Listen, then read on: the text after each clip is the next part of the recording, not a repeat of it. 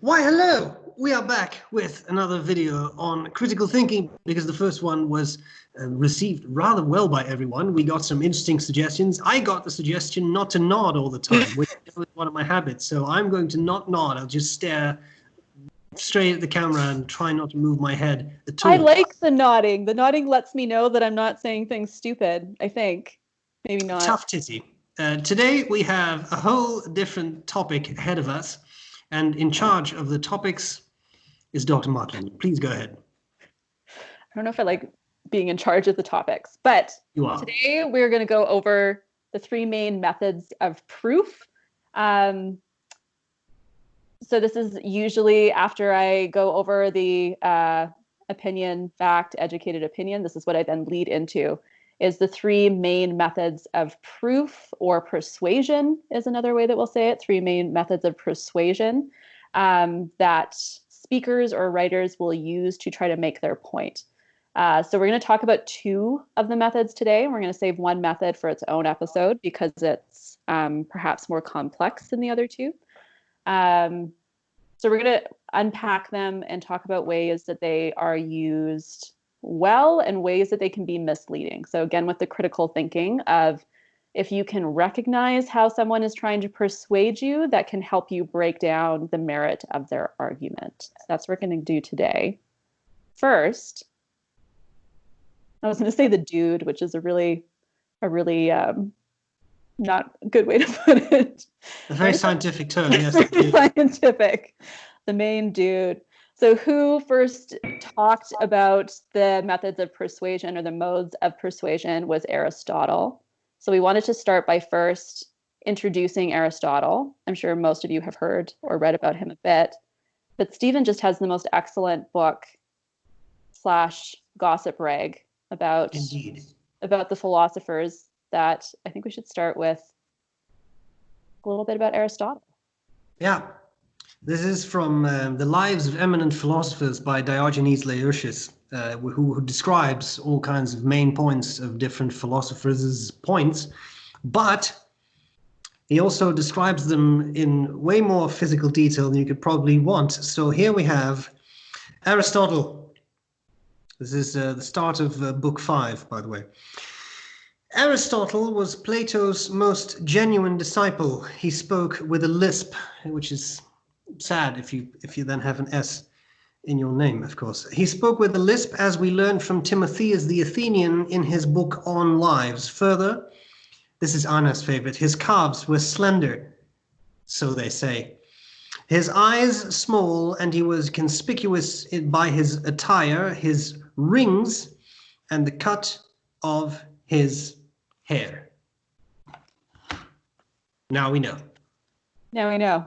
Now we know. That's my favorite part of, we've been talking about some of these biographies, and the calves come up quite a bit. So I'm really hoping that my calves catch some biographer's eyes and will be included. Well, we have decided that once this video reaches 500 likes, Anna's calves will feature in the next video.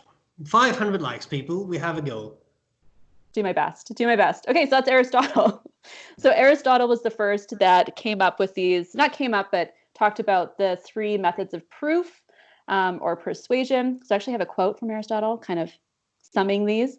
So this comes from his On Rhetoric, is where he identified these three methods of proof. And he said, of the modes of persuasion furnished by the spoken word, there are three kinds. The first kind depends on the personal character of the speaker, so character. The second, on putting the audience into a certain frame of mind. So that is pathos that we'll be talking about. And the third, on proof provided by the words and the speech itself. So the three methods of proof or persuasion that he talks about is ethos, logos, and pathos. So today we're going to talk about ethos and pathos, but we'll save logos for its own video. With or without calves? Hopefully with, right? Yeah. Got to get some runs in this week. God. Yeah, you have to start working now. All right, so I'm going to start with ethos. So ethos is persuasion by ethics or by character. So ethos is the Greek word for character. and it's where our current word ethics is derived from. Is that correct, Stephen? This is what I tell my students, but you actually have a background. Correct. Yes, this is correct. Okay, good. So as a method Glad that worked out, but yes. That's what my research showed. I just wanted to make sure. So as a method of proof, ethos is referring to the speaker's character, but also to the ethics of an argument. So there's this has evolved throughout time. Of what Aristotle first meant by ethos isn't so much what we think of today, but I think perhaps we should take into account. So I will talk about briefly what Aristotle thought about ethos and what it's become today. So the way that Aristotle used this concept was that the speaker themselves should have an ethical character. So when you are taking in someone's argument, you are not only considering the argument, but the source of the argument. Does the source of the argument have integrity? Are they honest? Are they ethical? So for ethos, you are taking in the speaker, the writer's character themselves into account. And then secondly, the argument that they make should be worthy of public consideration because it serves the public good. How often would you think we actually care about this? I don't know if we consider this as much as we should anymore.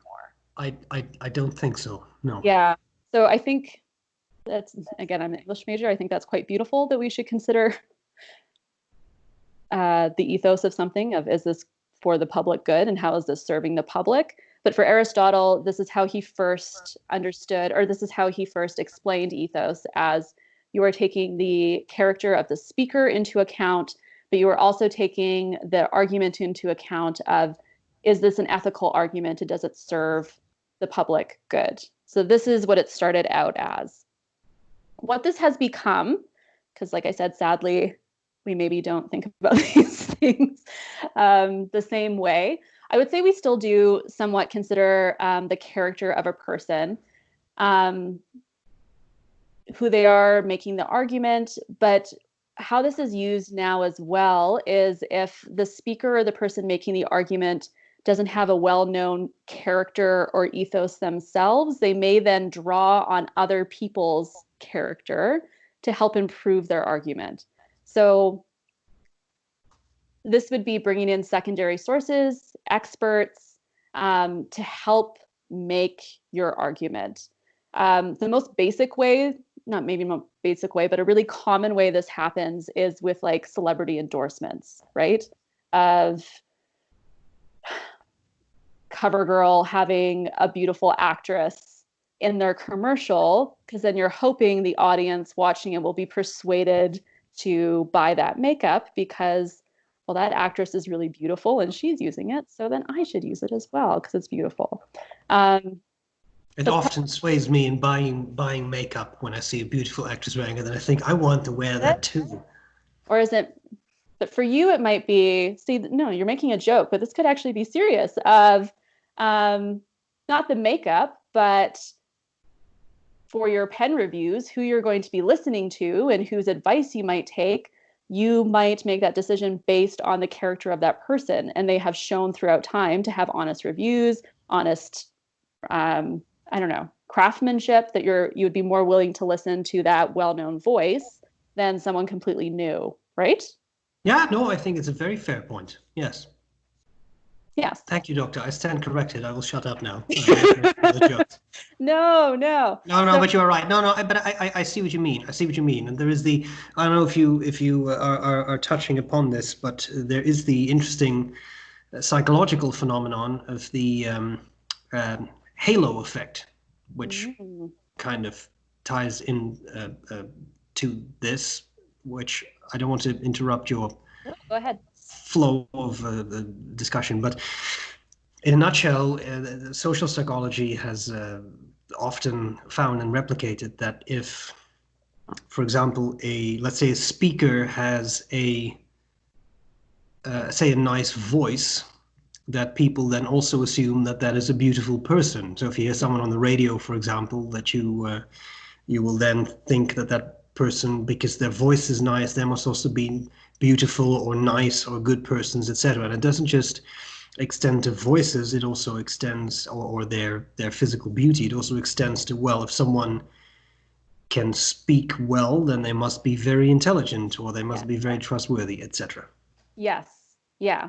I think that's tied to it. I think that is part of it, but with ethos, it's in more cases tied to reputation, and what you've done in the past. So I'll see ethos arguments or counter arguments being made during campaign trails, right? That if a politician or a candidate is making certain promises or arguments, and then people will look in their past and say, well, what they did in the past contradicts what they're now saying, or they don't live their lives in a certain way, how they're living their lives is contradicting what they're saying.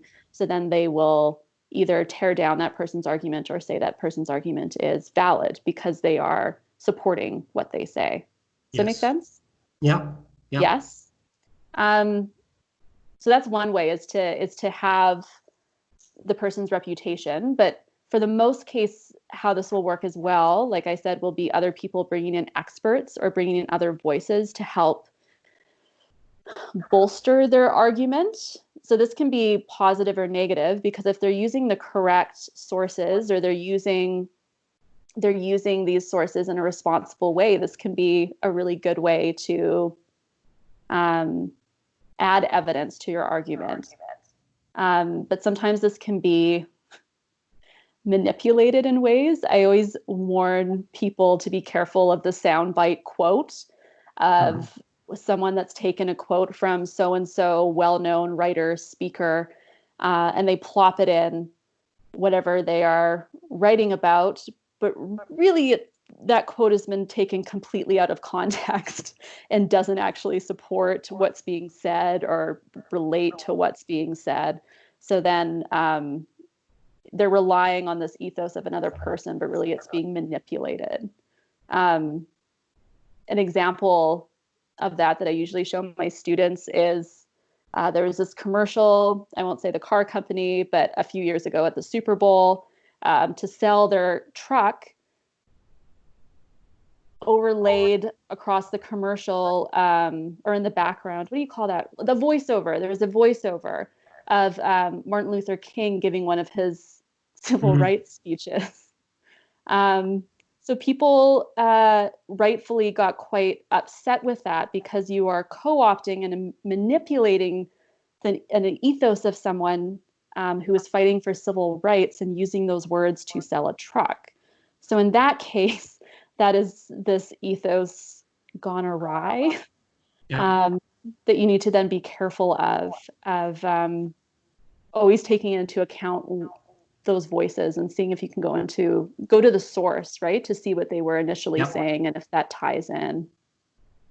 Can you think of other examples of ethos being used positively or negatively? I can think of cases, not necessarily specific cases, but I can think of cases where people are.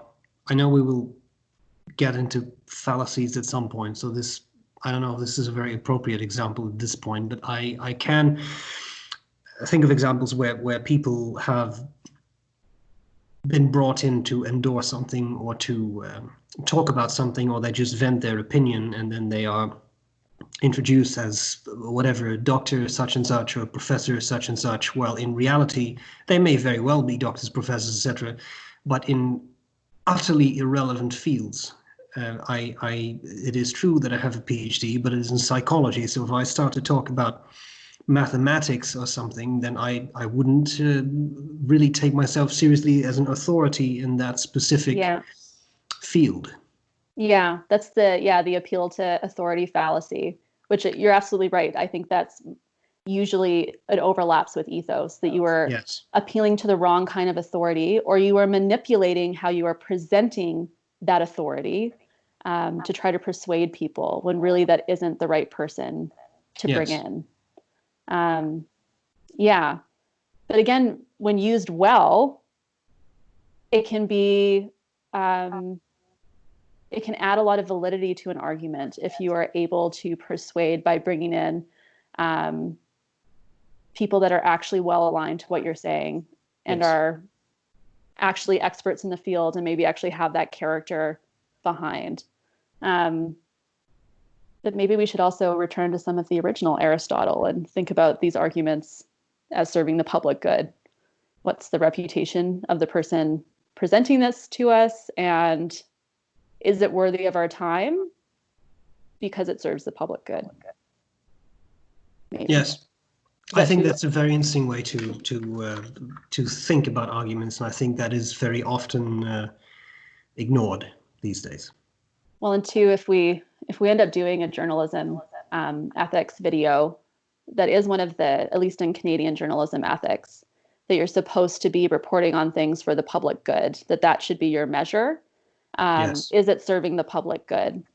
So I think that's something for us as readers and listeners as well to question when we're reading something of, is this fear mongering? Is this playing on my emotions? Is it manipulating in a way that isn't actually serving the public good at all? Is it serving individual interests? Maybe. Yes. Yeah. Anything to add about ethos before I move on to my favorite? No, I think that was incredibly clear. So thank you.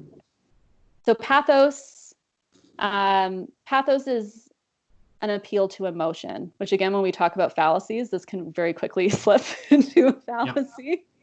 So this one's kind of difficult to talk about because I think there's a very thin line between using pathos in a way that is, I was going to say ethical again, but using it in a way that is actually helping build an argument, whereas it can become a fallacy quite quickly.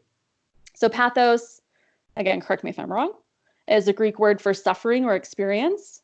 Yes, I think so, yes. So pathos is most often associated with emotion. So it's an appeal that is meant to draw on the audience's emotions, sympathies, interests, or imagination to try to win them over. So probably what most comes to people's minds when I think of, or when I talk about pathos is, having the commercials about, I don't know, any charity where it's just spanning over sad faces, or, like some kind of dog shelter and it's just Sarah McLachlan in the background and, faces of sad dogs in cages. Vivid image. Yes. So this is right. It's trying to draw on your emotions to persuade you, usually to action, I would say in this case with pathos, or persuade you to think a certain way. But it's not, sometimes this can be trying to sway you to action. I lost my train of thought, but so trying to inspire things like sympathy, pity, anger, sadness a lot of times. But it's a way to try to draw on their emotions that you will then hopefully act on these emotions. So pathos is not always, I would say, dangerous, because I think sometimes we do need to be confronted with kind of humanity and the human experience to care about something and to get us to act.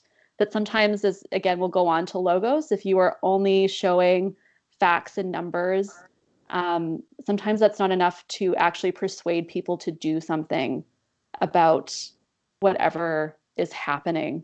I have one example, but do you have any examples of pathos being positive, not a fallacy? Well, I think it can be very interesting to look at it within a certain level of context. For example, I could picture how someone might say at this point, why would we invest, I'm just making this up as I go, right? Why would we invest $200 million in some sort of space flight to Jupiter? What is this going to give us? Children are dying of hunger, and we're going to invest $200 million in a flight to Jupiter, which may have some scientific benefits, but I don't even know what they are. Yeah. On the other hand, if at this point in time, someone would say, why would we invest $200 million in a vaccine for COVID-19. Children are dying of hunger. Even though it's the same argument given in two contexts, I think that a lot of people at this point would say, well, too bad for the children, man. We need to have, etc. But the argument is the same, right? And in both cases, it's, I think, meant to appeal to your emotions. Yeah, yeah. One example that always sticks with me is back with the Syrian refugee crisis. Oh God, 5 or 6 years ago now. Is my timeline right? But if you remember back, it just really wasn't being reported at all. People just weren't caring. News sources weren't caring. There was this huge, just like mass of refugees, like trying to gain access, trying to get safety, and no one was caring. And unfortunately, what ended up catching global attention was what has now become that really iconic image of that toddler that had washed up to shore, that had died trying to cross. And it was this image that was then plastered all over news media around the world that inspired this, right, sympathy, pity, rage. Yes. That then it started to be reported on more widely. I wouldn't say we, completely fixed the problem, but we at least started caring about it in a way and acted on it in a way that just reporting the numbers of how many people were displaced and how many people were seeking refuge wasn't enough to get our attention. Sadly, it was that image, right, that drew on our emotions that got us to care about that. For you, what would be your line of pathos crossing into a fallacy? When is pathos or emotion negative? That's a really interesting question. I think there are cases where it can be very effective to appeal to emotions simply, and I don't mean that in a fallacious way, but simply because people are unaware or are simply not fully understanding the severity of something. And I think a topic like that refugee crisis is a good example. It's very easy if all you see on the news is there are this many refugees or something along those lines. It's a different thing to see how people actually are affected. And in such a case, I think it can be very effective if you want change to show people that there are actual emotions involved and actually bad things are happening. Yeah. But at some point, if appeals are made emotionally simply to obtain or achieve a certain effect, and facts are being ignored, but emotions are played and preyed upon, then I think that goes too far. I've struggled a little bit to come up with a very concrete example right now, but I think that would for me that would be too far if it really becomes so emotional. And I think what you said earlier made a lot of sense to me. If things become a matter of fear mongering, which is very popular and I think also quite common now, that is a step too far for me. Yeah, it's hard for me to also concretely say this is the line. But I think that fear mongering is one. From my research, I don't have the exact wording, but someone drew that line of it becomes a manipulation when it's saying that if you don't do this, then you're going to feel sad.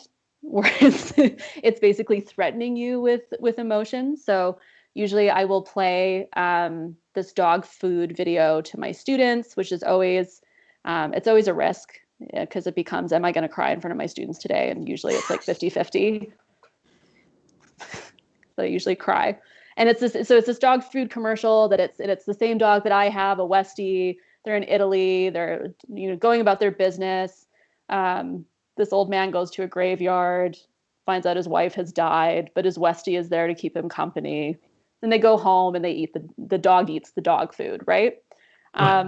So the way that I usually explain it is not a fallacy because it isn't saying if you do not buy this dog food, you are a terrible pet owner, and you are then going to be sad because your dog is not being taken care of.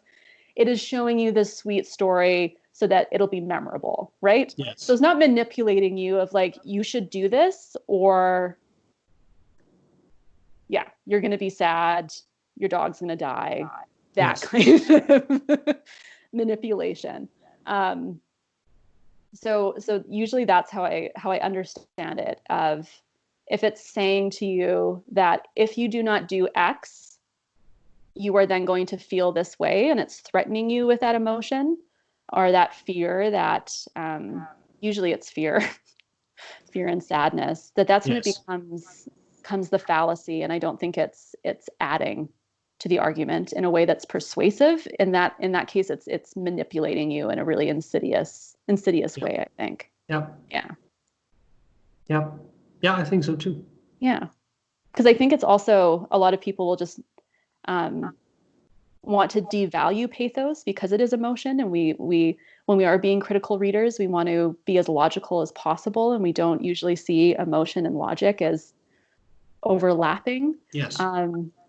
But I think we are human, and it's okay to have an emotional response to things that we are reading and seeing, but it's being able to break it down, right? And see, what is this pathos trying to persuade me of?